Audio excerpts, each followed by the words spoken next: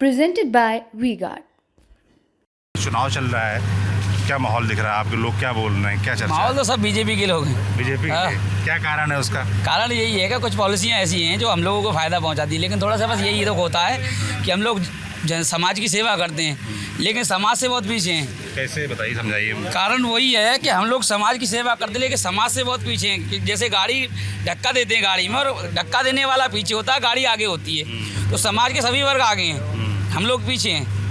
क्योंकि उनकी समाज की सेवा में हम लोग तन मन धन से उनकी जुट जाते हैं, तो उसी में लगे रहते हैं। हमारे बुजुर्ग भी उसी में लगे रहते हैं, और आज हम भी उसी में लगे हुए हैं। तो आगे कोई तरक्की नहीं है हमारी, और समाज भी उसी भावना से देखता है कि बोले जो है सेवक, तो वो वाली नहीं है कि समाज आपको आज भी लोग गलत नजरों से देखता है, सही नजरों से नहीं देखता। वही है ही ऐसा महसूस होता है? बिल्कुल महसूस होता है। कुछ ऐसा कुछ हुआ आपके साथ? कुछ ऐसे आदमी अच्छे भी होते हैं जो आदमी समझते हैं कि भाई हमारे दादे परदादा से सेवा कर रहे हैं, तो ये पुराने आदमी हमारे घर के प्रेमी आदमी हैं। तो बाकी बहुत से लोग ऐसा मानते हैं कि बोले नहीं।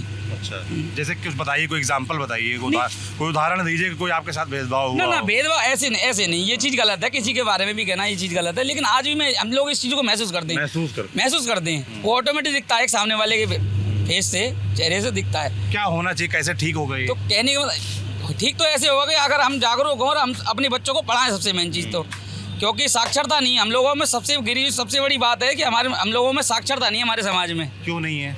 वही कारण है।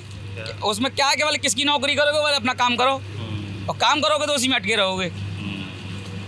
तो कैसे ठीक होगा ये व्यवस्था जो आप बता रहे हैं कि साक्षरता नहीं है? ठीक तो ऐसे होना चाहिए, स्कूल तो बहुत सारे हैं। ठीक तो ऐसे होना चाहिए, सरकार को कड़े कदम लेने चाहिए कि जो जिस आदमी का बच्चा ना पढ़े उसकी सेवाएं समाप्त हों। यानी मतलब जो भी आर्थिक जो मदद मिलती है सरकार द्वारा, वो बंद हो सबसे पहले तो। अच्छा। जैसे अभी ऐसे सपोज करिए राशन मिल रहा है, सबसे पहले तो राशन मिले, उसकी घर की लाइट भी कटिंग हो साथ में। सबसे पहले तो बच्चे को पढ़ाओ, क्योंकि पढ़ेगा इंडिया तभी बढ़ेगा इंडिया। तो सबसे पहले साक्षरता जरूरी है।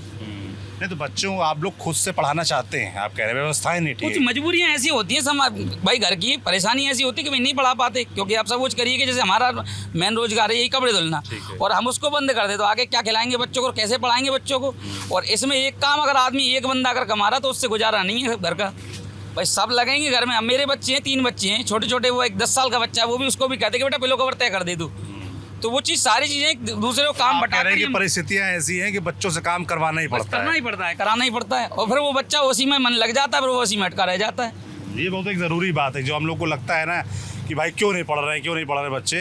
तो आपको सामाजिक परिवेश और लोगों की परिस्थितियां भी समझनी पड़ेंगी कि क्यों नहीं पढ़ पा रहे। तो इसके लिए सरकार को क्या मदद करनी चाहिए, क्या करना चाहिए जो आप लोग अपने बच्चों को पढ़ा पाएं? सरकार को कड़े कदम उठाने चाहिए, और सरकार को मदद करनी चाहिए कि बच्चे क्यों नहीं पढ़ रहे हैं, उसका कारण क्या है, तो वो पता करनी चाहिए। हम लोगों का समाज इस चीज़ में बहुत पीछे है, जरा सा पीछे नहीं, बहुत पीछे है। कहीं पे भी हमारी नौकरियां नहीं है, कहीं भी हमारा राजनीति में कहीं हिस्सेदारी नहीं है, कहीं भी समाज को एक नेतृत्व करने वाला जो नेता चाहिए वो नेतृत्व भी नहीं है हमारे पास। कोई नेता नहीं है।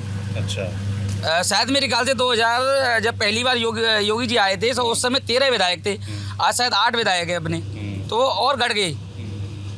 आप सब नजर रखते हैं? बिल्कुल, थोड़ी आपके जब ऐसे लोगों की जब सेवा करते हैं तो थोड़ी जो है सब चीज़।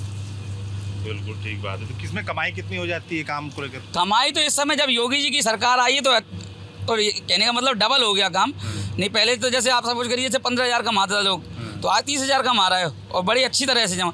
तो वही चीज़ है कि योगी जी के आने से उनकी पॉलिसियों से कुछ तो फ़ायदा हुआ है कि जैसे शासन बढ़िया हुआ, प्रशासन बढ़िया हुआ, तो उससे क्या है कि सामने वाले जो परदेशियों का काम है यहाँ पर, तो परदेशियों का जब काम होता है तो वहाँ से जो आदमी निर्भीक आता है, आधी रात को भी आ जाएगा तो उसको डर नहीं है। ये बात है। तो हेमा मालिनी कैसा चल रहा है चुनाव? हेमा मालिनी जी वही जीतेंगी। काम कैसा रहा उनका? काम तो ठीक है। जो लोग बोला करते हैं कि बाहरी हैं, अब आती नहीं है, ऐसा है क्या? वो देखिए, वो एक चीज़ बात है कि अब सपोज करिए जैसे हम किसी से मिलना चाहें, अभी जैसे हमारे कोई भी लोकल लीडर ले लीजिए यहाँ से, तो हम उनसे मिल सकते हैं। जैसे आप सपोज करिए आपके मेयर साहब हैं, तो हमारे यहाँ कुछ नेता नगरी लोकल लीडर जो होते हैं उनके थ्रू हम उनसे मिल सकते हैं, लेकिन उनसे मिलना बहुत कठिन होता है। अच्छा, मिल नहीं पाते।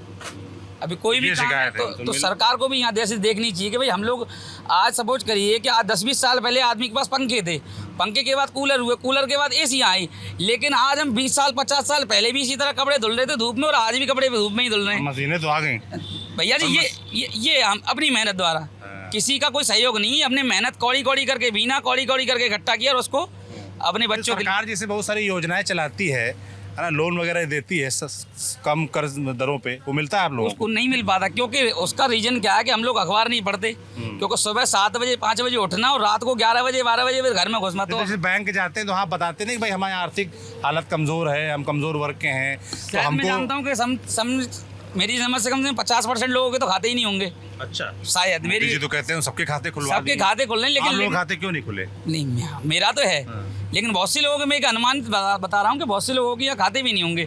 तो उसका रीजन क्या होता है कि सरकार को बतानी चाहिए, कोई उनका नुमाइंदा आए और वो बताए कि भाई आपको ऐसे से मिल रहा है। अब जैसे शायद मेरे ख्याल 2022 चल रही है, 20 के समथिंग में शायद योगी जी ने 200 करोड़ रुपए दिए थे धोबी घाट परियोजना पर, तो वो शायद मेरे ख्याल से 1 भी रुपया नहीं लगा यहाँ पर। अच्छा, हाँ 1 भी रुपया। तो भाई जब उन्होंने अलॉट किया तो हमारी जिम्मेदारी, हमको कोई बताने वाला होता हम तो आपने पूछा जी नहीं, जो नेता लोग वोट मांगने आते हैं इनसे पूछते नहीं है आप कि भाई वो पैसा तो हमारे तक तो आया नहीं, हम वोट क्यों दें? आप आए कि साहब आपकी बार हमें देखिए और हमारा काम कराइए और हम आपका उसके बाद बैठ जाते हैं। नेतागिरी का काम ही होता है।